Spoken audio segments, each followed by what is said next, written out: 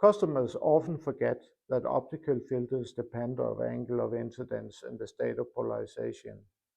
If you take a filter and change the angle of incidence from normal incidence to 5 degrees of incidence, then the characteristic is only going to shift a few tenths of a nanometer.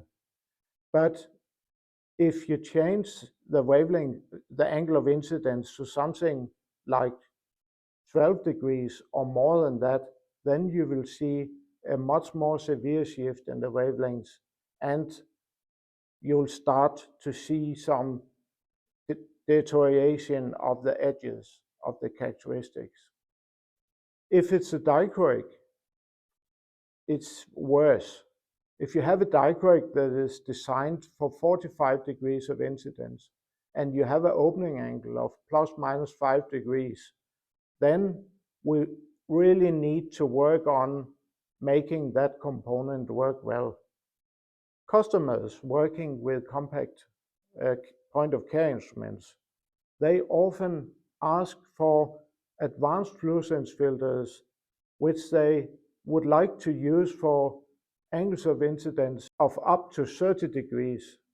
This is very difficult to do because the refractive index of the coating materials that are used for the visible range and the UV is much lower than the refractive index of the coating materials that are used in infrared.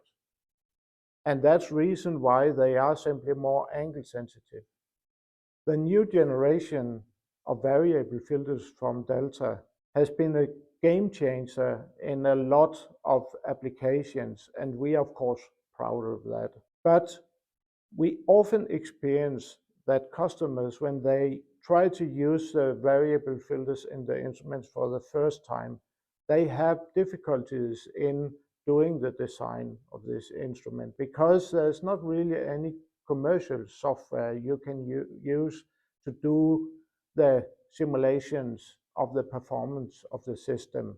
At Delta, we use in-house proprietary software to do the designing of the variable filters, to design the tools that are needed for the coating machines, and to do the predictions of how those filters work in systems. What we can do is we can deliver predicted data for the kind of variable filter you would like to use in your system. And then you can use those data on its own if it's sufficient, or you can use those with a software like CMAX to do better predictions of how the whole system works.